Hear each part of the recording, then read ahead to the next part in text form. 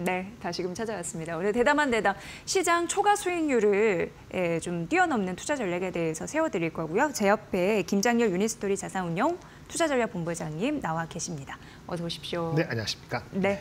일단 그 얘기부터 좀 해야 된다라고 말씀을 하셔서 네네.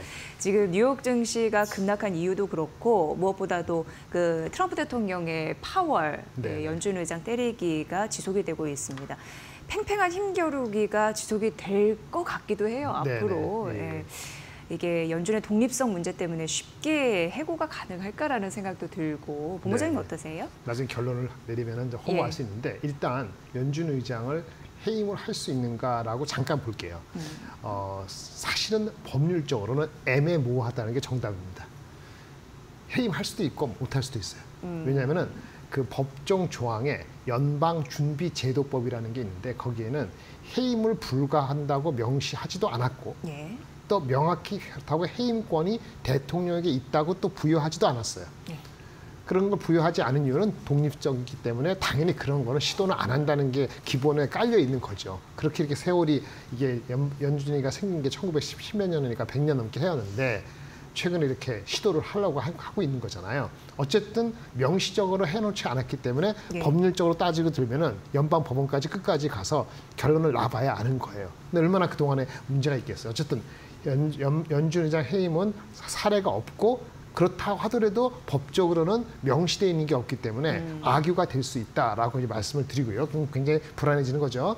역사적으로 그러한 해임 논의가 있었던 경우는 대부분 뭐 얘기만 나오고 말았어요. 예전에 70년 전에 50년 전에 지미 카터 대통령 우리 박정희 대통령 마지막에 있을 때 그 당시에 또 그런 얘기가 있었고 좀 기억하시는 분은 80년대 초반에 레이건 정부가 이제 인플레 때문에 고생을 엄청나게 했을 때 그 당시 이제 우리 연준 의장이 폴 볼커라는 유명한 사람이 있었는데 그분하고 갈등이 심해서 있었던 게 있었고 그리고 아무래도 연준 의장이 오래 하시다 보면은 갈등이 많겠죠. 여러분 이제부터는 기억하실 거예요. 1990년대 2000년 초반까지 앨런 그린스판 그 할아버지께서 있을 때 여러 대통령하고 충돌이 있었기 때문에 임기를 보장하느니 마느니 했는데 결국은 제대로 뭐 다 했거든요. 어쨌든 간에 해임 논의는 있었지만 본격화되지는 않았고 여러분들이 궁금하시는 실제 해임 시도는 딱 7년 전에 트럼프가 파월을 해임하려고 시도했었던 것이 한 번 있었습니다. 동일 인물이. 동일 트럼프와 동일 파월이 그 당시에도 문제가 있어가지고 금리를 내리니 마니 해서 12월 18일 날 이 말이 이상하네요. 2018년 12월 18일 날 트럼프가 파월을 해임한다는 걸 시사하는 보도가 났을 때 그날 미국이 한 2% 빠졌어요. 오늘도 미국이 2% 빠졌죠. 그러니까 그 비슷하게 빠질 거예요. 그리고 한 일주일 동안 한 7% 빠졌습니다. 그러니까 그 해임을 하느니 마느니 뭐 검토해내니까 불안해갖고 7% 빠졌는데 결론은 해임을 안 했죠. 검토하다가. 그래서 다시 파월이 금리를 사실 내립니다. 그러면서 장은 좋아지는 거 바뀌었거든요. 이번도 똑같은 거예요. 압력을 줬는데 파월이 그걸 명시적으로 해가지고 반발을 하든 안 하든 간에 결국은 금리를 하게끔 유도하는 걸로 돼버리면은 언제 그랬냐는 듯이 시장에서는 나쁘지 않게 해석할 여지가 있습니다. 그런 거거든요. 그러면 일단 일기의 전철을 밟는다면 당분간 혼란이 지속된다면 추가적으로 하락의 가능성은 조금 더 있을 가능성이 있네요. 일기 때 봤을 때. 그런데 여기 하나 변수가 있어요. 왜 트럼프가 내치에서 파월을 깰까요? 그리고 트럼프가 일본한테 우리가 일본한테 재정 적자 받고 있는데 그 제로로 만들어요. 말이 안 되잖아요. 일본이 어떻게 미국하고 재정 흑자를 갑자기 제로로 만듭니까? 이런 어떻게 보면 트럼프의 가장 편이 돼야 되는 파월 연준 의장과 가장 편이 돼야 되는 그 동맹국을 더 때리고 있거든요. 그 원인이 뭡니까? 중국이 말을 안 들으니까. 그러니까 결국은 중국이 말만 듣고 중국의 협상의 테이블만 나오면은 이 모든 거는 파월의 무슨 압력 이런 거 다 없어지는 거죠.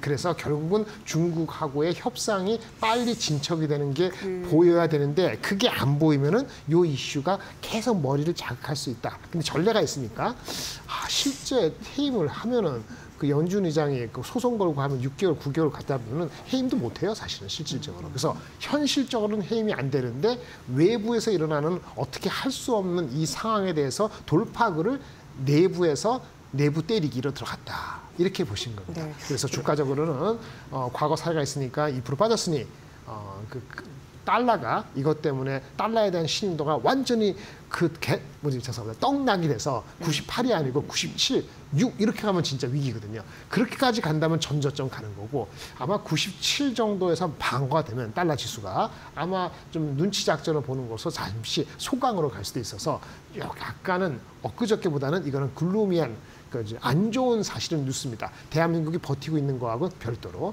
그래서 좀 와치를 하셔야 된다고 보시면 되겠고요. 실제 해임이 안 되더라도 불확실성이 남아있고 트럼프가 시진핑한테 픽업 더 폰이라는 얘기가 들리기 전까지는 미국 시장은 최소한 올라가는데 제약을 줄 수는 있다. 이렇게 말씀드리겠습니다. 그럼 본부장님에게 말씀드릴 때 제가 궁금한 게 하나 떠올랐는데 네. 그 미국이 이러는 영향이 중국이 말을 안 들어서라고 했잖아요. 그렇죠. 근데 그 들을 리는 뭐 만무하겠지만 어쨌든 그 협상이 좀 잘 된다면 네네. 트럼프 대통령이 금리 인하를 강하게 요구하고 있잖아요. 네네, 그렇습니다. 요거 좀 완화가 되는 거예요? 일단 파월을 쫓아낸다, 쫓아낸다 이런 식에서 금융시장을 혼란스럽게 만드는 어제 같은 상황은 되돌려지는 거죠. 그거는 되돌려지는 거죠. 예. 금리 인하를 하라고 말라고 할 필요도 없는 것이 중국하고 프로그레스가 잘 되면 금리 인하를 서두르지 말라고 하더라도 결국 금리 인하를 하게 돼 있거든요. 자연스러운 수순으로 그건 그렇죠. 되니까. 그래서 이 이슈는 어저께 하루 이슈로 끝날 수 있는데 그러면 중국이 말을 듣냐는 건데 지난주에 뭐가 있었죠? 트럼프는 영국, 호주, 인도, 일본, 한국 5대 협상국을 해서 일본하고 얘기했고 인도하고 얘기했고 한국하고 얘기하는 거잖아요. 그거 진행되는 거 봐야 되고 시진핑은 베트남, 말레이시아, 캄보디아 순방 갔다 왔죠? 예. 자기네 편 만들기 땅 따먹게 하는 거잖아요. 그거 좀 힘겨루기가 좀 더 지속되지 않겠어요? 그리고 나서나 이제 중국하고 뭔가 우리 힘겨루기 할 내 힘이 빠진다든지 내 편이 마음대로 안 되네? 그러면 결국 다시 또 협상에 나오겠죠. 근데 그 시간이 좀 더 걸릴 것 같아서 전저점 4,900까지 갈지는 모르겠습니다만은 다시 2,500, 5,600 지난번 말씀드린 것처럼 평균 PER 20배, 21배 이렇게 가기에는 조금 힘겨운 거라가 되는 거죠. 네. 중국이 계속 버티기 작전을 구축하면은 트럼프 대통령 성격상, 네네. 특징상 금리 인하는 계속 압박하겠네요. 그렇죠. 어쩔 수 없이. 네, 어쩔 수 없이. 네. 네, 그렇습니다. 좀 떨어졌던 미국 국채 금리가 다시금 반등하는 흐름들이 나타나면서 맞습니다. 4.4% 위로 다시 올라왔거든요. 네. 이게 어떻게 보면은 미국 경기 침체에 대한 우려 네. 뭐 이런 부분도 있는데 뭐 경기 침체 아니고 둔화라는 얘기도 있습니다만 어쨌든 지금 미국 증시가 바닥 아닌가라고 예측이 나오는 상황에서 분석이 나오는 상황에서 딱 이런 일이 터졌단 그렇죠. 말이죠. 네네. 이거 어떻게 우리가 해석을 해야 됩니까? 그러니까 해석이 이제 어려운 거죠. 지금 예. 말씀드린 것처럼 중국이 픽업 더 폰에서 안 하면은 그때까지는 경기 침체가 가능성이 50% 이상 높아지는 거죠. 50% 이상 높아지니까 미국에서 가는 주식이 뭡니까? 코카콜라는 맥도날드라든지 그 월마트라든지 이런 거 되는 거죠.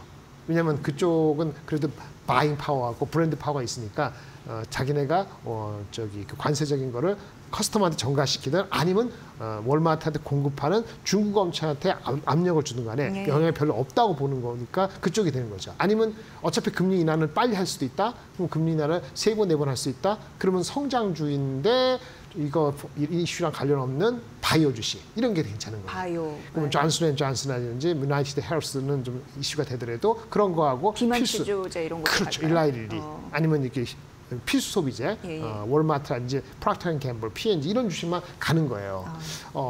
그러다 보니까 하드웨어 중심의 테크가 안 가는 거고 다만 한국 같은 주식은 워낙 밸류가 낮다 보니까 여기서 좀 오늘도 뭐 반도체는 안 가고 있습니다만은 우리는 조선도 있고 조선에 있고 방산도 있고 화장품도 있고 바이오도 있다 보니까 구성상 한국이 시장이 빠지기도 애매한 거예요. 물론 미국이 달러가 붕괴돼가지고 전 세계 금융시장에 도미노 현상이 된다면 한국도 결국 나중에 영향을 미치지만은 그런 정도가 아니라 하면은 미국의 뭐 경기 침체 정도만 가지고 한국 주식이 자동적으로 2,200, 2,100 된다는 그런 시나리오는 적용이 이번에는 안 될 가능성이 높다는 측면에서 그거는 긍정적이다 이렇게 말씀드리겠습니다. 네.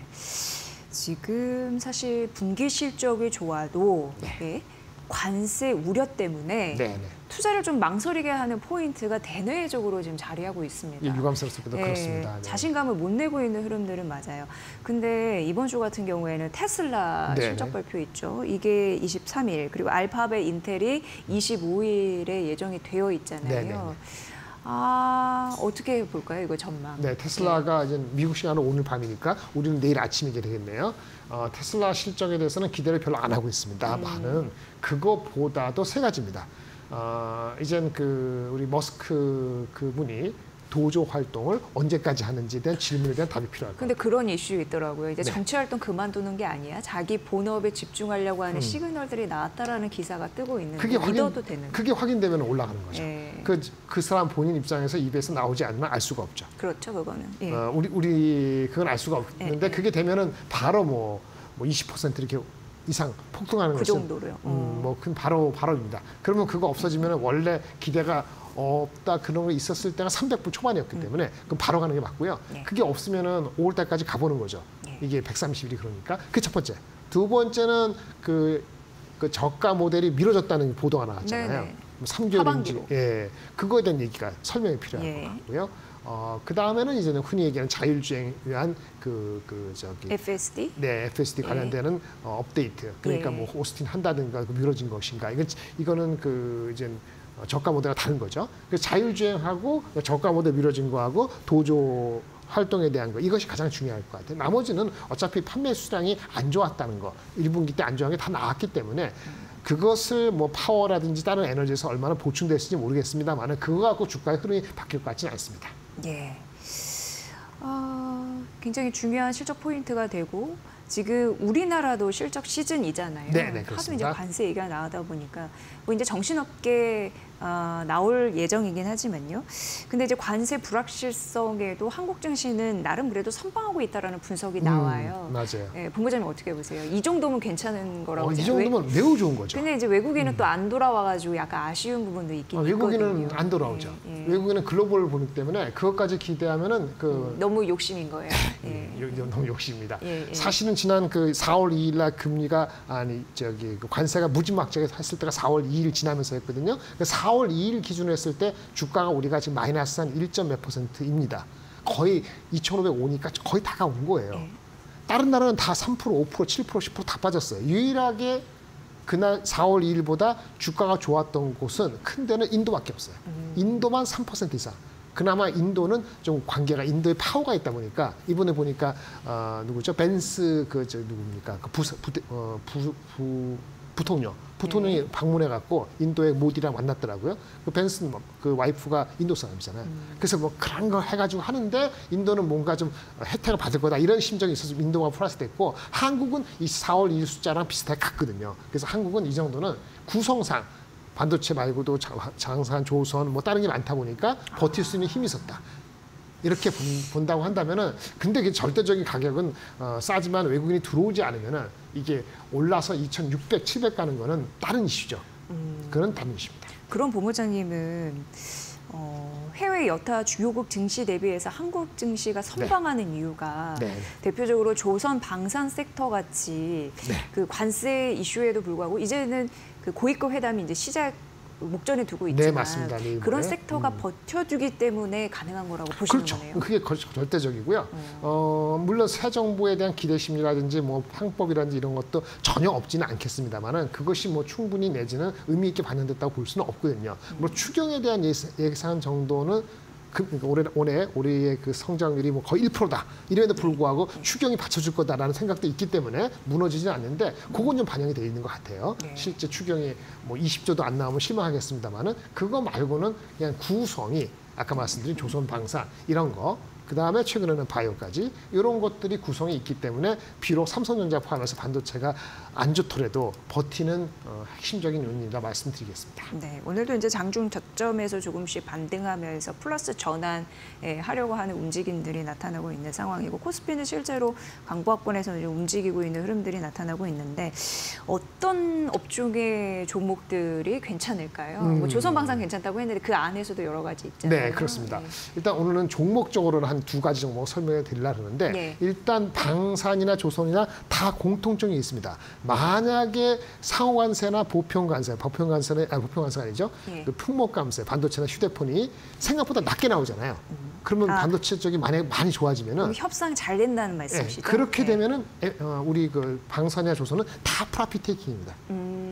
그러니까 그 염두에 두고 짧게 잡고 들어가야 돼요. 원래 들어가신 분들은 파실 필요는 아직 없는데 뭐 굳이 얘기하면 방산이 가장 편안하고 변압기가 두 번째 정도라고 말씀을 드릴 수 있겠고요. 조선은 어저께 나온 뉴스가 조금 실망스러운데 오늘은 반등을 하네요.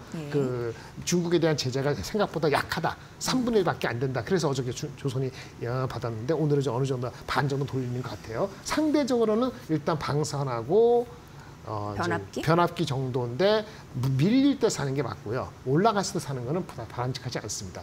설명을 드리자면 그 대장주인 하나 에어로스페이스가 흔들리면은 아무것도 건드리시면 안 돼요.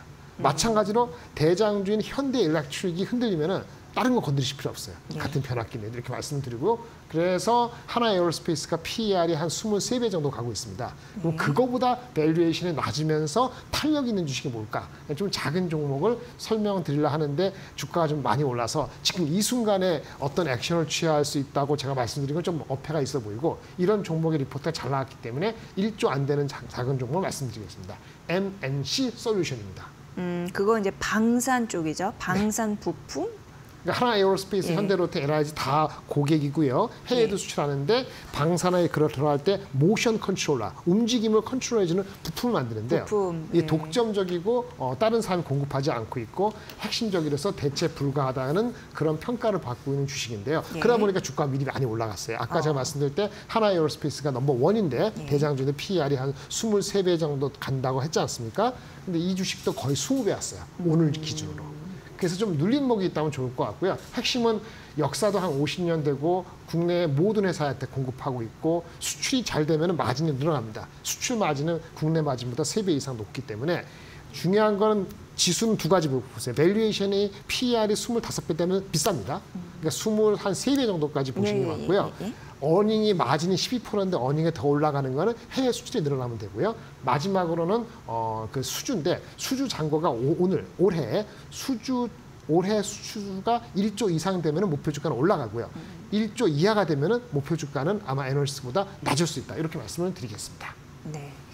자, 그렇다면 이제 방산 부품 변압기 섹터가 긍정적이라고 말씀해 주셨는데 대장주가 흔들리면 안 된다라고 말씀하셨고 그게 핵심입니다. 그 대장주가 잘 가는 그러니까 하나 에어로스페이스 같은 종목이 잘 가는 와중에 관심 종목을 말씀해 주신 거죠? 네, 맞습니다. 네, MNC 솔루션 이 부분 좀 관심 있게 보시면 될 것 같습니다. 자, 오늘 김장렬 유니스토리 자산운용 투자전략본부장과 함께 대담한 대담 통해서 시장 초과 수익률 잡아라 코너 진행을 해봤습니다. 잘 들었습니다. 네, 감사합니다.